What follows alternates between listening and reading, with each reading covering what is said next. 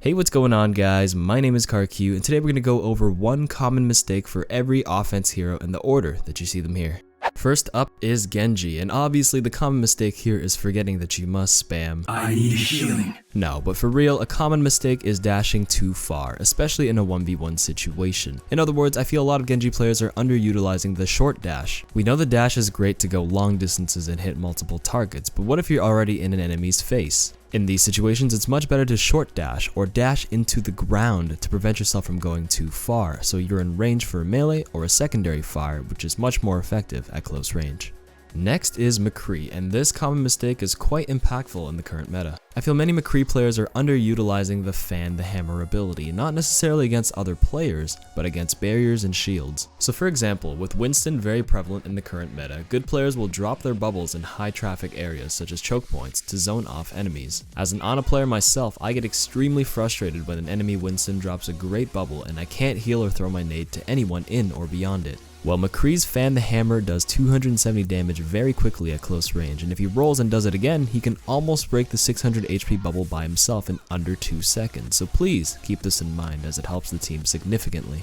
Third on the list is Farah, and the common mistake here is just simply floating and not utilizing or mixing up the much faster aerial movements of Free Fall, Concussive Blast, and Jump Jet. If you just float into a team fight, especially without a Pocket Mercy, you're an extremely easy target to hit. Try to use the mobility built into your kit to avoid getting shot at and to take enemies by surprise.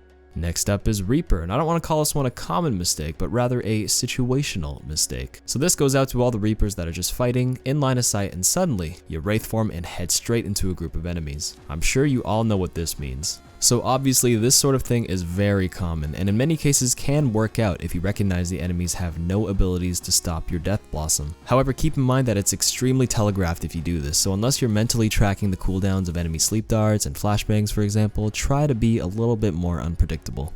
Soldier 76 is the next one on the list, and the common mistake here is poor biotic field discipline, which really irks me as a support main. I can't even tell you the amount of times I see a soldier taking just a bit of damage, like 150 out of his 200 HP, and dropping his biotic field behind line of sight after both teams are just poking each other. All it would take for me, as a Lucio for example, is to stand near him for 2 seconds, but instead we lose this healing ability from Soldier for 15 seconds. Please remember that the best usage of biotic field is when the enemy team is committed in a fight or duel against you, or if you're supplementing your team. For example, it is an absolute godsend if your team gets Graviton Surge by the enemy Zarya and you drop your biotic field below your team. If your Ana follows up with a biotic grenade, you get a huge amped up healing station below you, or as I like to call it, a little budget transcendence. So please, soldier players, discipline your usage of this terrific ability. Next up is Sombra, and the common mistake here is forgetting that stealth has a little time period of 0.7 seconds before any ability can be used. So in a game like Overwatch, where every second counts, it's important to keep this in mind when using a big ability like EMP. I've noticed that some Sombras will throw the translocator in the air and hang out in the sky for a little bit to break stealth and then EMP. The more experienced Sombra players will usually time the teleport into EMP right when stealth is about to naturally end, or press the melee button right before translocating so the EMP is smooth and seamless.